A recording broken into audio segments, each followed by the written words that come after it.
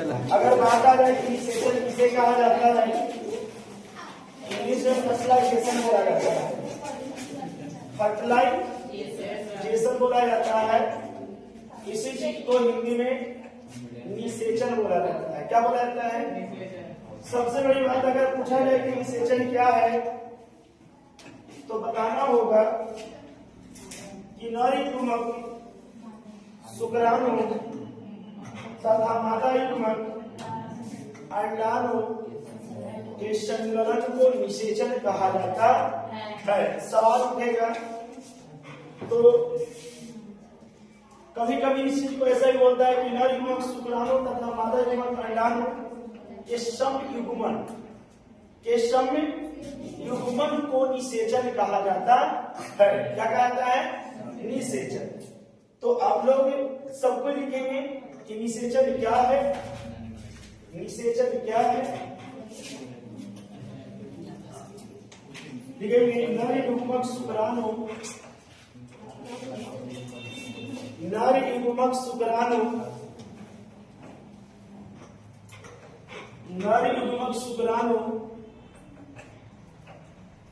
तथा मादा युग्मक अंडाणु, नर युग्मक शुक्राणु तथा मादा युग्मक अंडाणु, नर युग्मक शुक्राणु तथा मादा युग्मक अंडाणु के संगलन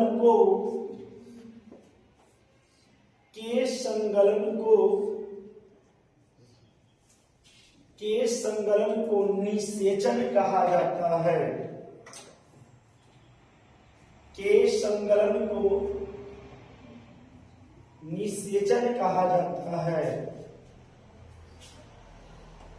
के संगलन को निषेचन कहा जाता है। और ध्यान देंगे बोर्ड पर कि निषेचन किसे कहते हैं तो आपके पता होना चाहिए।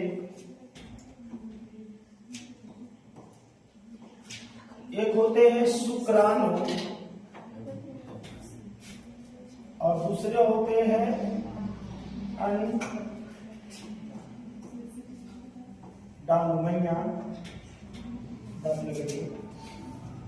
एक होते हैं शुक्राणु और एक होते हैं अंडाणु। शुक्राणु में गुण XY और अंडाणु में गुण XX के रूप में पाया जाता है। और बात है कि यहाँ शुक्राणु यहाँ अंडाणु मिलता है तो कैसे मिलता है? जब कोई स्त्री और पुरुष रिलेशन में आते हैं, संबंध बनाते हैं, उस दरमियान पुरुष के द्वारा 3 से 4 ml स्पर्म मादा के योनि में छोड़ा जाता है। पुरुष के द्वारा 3 से 4 ml स्पर्म मादा का योनि में छोड़ा जाता है। और जब 3 से 4 ml स्पर्म मादा के योनि में छोड़ा जाता है तब उसमें कुछ गुण X या XY के रूप में स्खलित होने से एक लड़का और एक लड़की के रूप में जन्म देने का क्या किया जाता है? अब जब जन्म देने से पहले इन दोनों को मिलना पड़ता है। मैं उस दिन बताया होगा आप लोगों को फिगर के माध्यम से, एक वीडियो के माध्यम से कि अंड कैसे निकलता है। स्त्री के अंडाशय से जब अंड निकलता है तो फर्टिलाइजेशन क्रिया करने के लिए शुक्राणु जब फलोपियन नालिका में जैसे ही पहुंचते हैं तो इन दोनों के बीच में क्या होता है? फाइट क्रिया होता है। मैंने बताया था उस दिन कि अंडाणु इस तरह के होते हैं और जब यहां से देखे होंगे इस तरह का शुक्राणु देखे आप लोग देखे थे, इसको मैं फाइट करके वो अंदर एंट्री करने का क्या किया था? काम किया था। अब देखेंगे कि जैसे ही इसमें यह माथा से जैसे टकराएगा तो कुछ भाग इकरा में उभर जाता है और धीरे धीरे वो कुछ के सहारे इसमें फाड़ करके कहाँ चला जाता है, पार हो जाता है। अब अगर पार हो गया तो समझ लीजिए कि ये शुक्राणु और ये अंडाणु दोनों आपस में क्या हो गया, मिल गया। यही अवस्था में, इसी अवस्था को फर्टिलाइजेशन या निषेचन के नाम से क्या करते हैं। जब शुक्राणु और अंडाणु मिला, जब शुक्राणु और अंडाणु मिला तो इस घटना को ही हम लोग को के नाम से जानते हैं। शुक्राणु अंडाणु मिलने की घटना को ही निषेचन के नाम से क्या किया जाता है, जाना जाता है। सवाल उठेगा निषेचन किसे कहते हैं, तो सीधे बताइएगा कि नर युग्मक शुक्राणु तथा मादा युग्मक अंडाणु के संगलन, संगलन का मतलब था मिलना और जुड़ना। मिलता कब है, जब अंडाशय से अंड छोड़ा जाता है और पुरुष के माध्यम से योनि में 3 से 4 स्पर्म छोड़ा जाता है।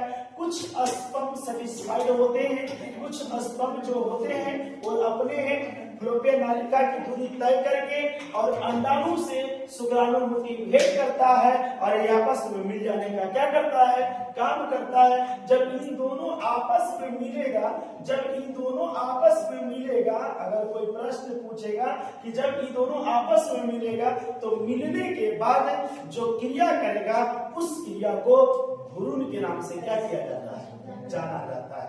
यही भ्रूण क्या होता है कि कुछ समय, कुछ दिन बीतने के बाद ये टूट जाता है और ये जाइगोट से टूट करके सीधे रास्ते अपना गर्भाशय में चला जाता है, जहां तक कि लंबी समय तक पलने के बाद प्रसव के लिए वो तैयार होता है और शरीर से बाहर निकल जाता है।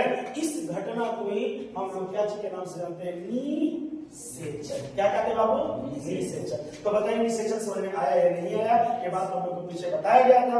अगला प्रश्न अष्टादश में लिखेंगे, प्रश्न अष्टादश करके लिखेंगे,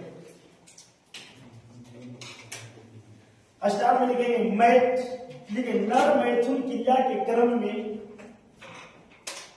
नर मैथुन क्रिया के क्रम में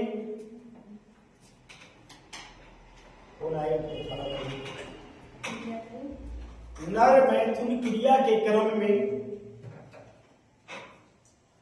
नर मैथुन क्रिया के क्रम में, नर मैथुन क्रिया के क्रम में लगभग 3 से 4 ml बीज, लगभग 3 से 4 ml बीज, लगभग 3 से 4 ml बीज, लगभग 3 से 4 ml बीज, 3 से 4 ml बीज मादा के योनि में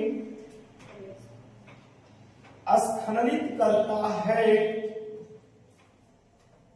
मादा की योनि में स्खलित करता है, स्खलित करता है, जिसमें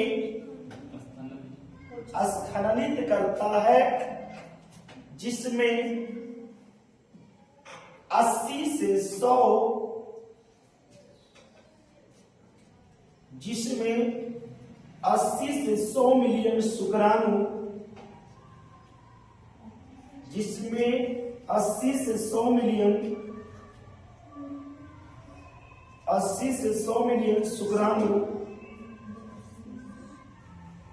80 से 100 मिलियन शुक्राणु विद्यमान रहते हैं। 80 से 100 मिलियन शुक्राणु विद्यमान रहते हैं। सोच लीजिए, मिलियनों में कह रहा है, हम तो बोल रहे थे करोड़ों में नहीं, लाखे में बोल रहे थे, लेकिन किताब का कहना है कि 80 से 100 मिलियन। सोचने वाली,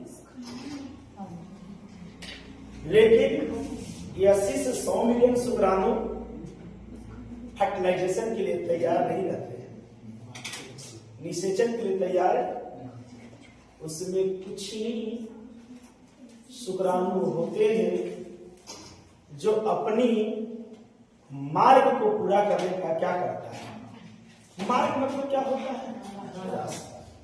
सभी शुक्राणु की बस की बात नहीं है कि अपनी मार्ग को तय कर सके, लेकिन कुछ शुक्राणु ऐसे हैं जो अपने मार्ग को पूरा करने का क्या करता है, काम करता है। मार्ग मतलब होता है रास्ता। खास करके आपको मैं बताया था कौन शुक्राणु होता है जो दूरी को तय कर देता है। बिल्कुल एकदम याद करके रखिएगा। जिनकी कपाल क्या होती है, बड़ा। कपाल मतलब समझ में आता है, मुंडी जिसे बोलते हैं। जिसका मुंडी कपाल बड़ा होता है वह, जिसकी कपाल बड़ा होता है वह तय कर लेता है और जगह में पहुंचने का क्या करता है, काम करता है। बाकी जिनकर कपाल छोटा होता है वो तय करने में ही मतलब प्राण को क्या करता है, त्याग देता है। दूरी को, सफर को तय नहीं कर पाते हैं और इधर ही क्या हो जाता है, नष्ट हो जाता है। तो बाबू सवाल यहां पर उठ रहा है, सवाल यहां पर उठ रहा है। अब क्या सवाल उठ रहा है? सवाल उठ रहा है, प्रश्न उठेगा कि कौन सा शुक्राणु जो होता है वो योनि से लेकर के फलोपियन नालिका तक के रास्ता को अच्छी तरह से तय कर लेता है और फर्टिलाइजेशन क्रिया कर लेता है। जिसकी कपाल क्या होता है, बड़ा होता है। जिसकी कपाल बड़ा होती है वो दूरी को तय कर पाता है और जिसकी कपाल बड़ा नहीं होता और रास्ते में क्या हो जाता है। अब देखो कपाल बड़ा न रहेगा। अब शुक्राणु को मान लिया जाए अंडाणु से, मान लिया शुक्राणु को कुछ से बाबू अंडाणु से। अब यहाँ पर फाइट क्रिया करना रहेगा। अब तो हनिए के कहो कि दीवार में तनी माही तो बाबू मथुरा से और ढा दे तक की हमरे बस के बात नहीं है। बड़ी तो क्या होती मारवाही हमारे बस की बात नहीं है।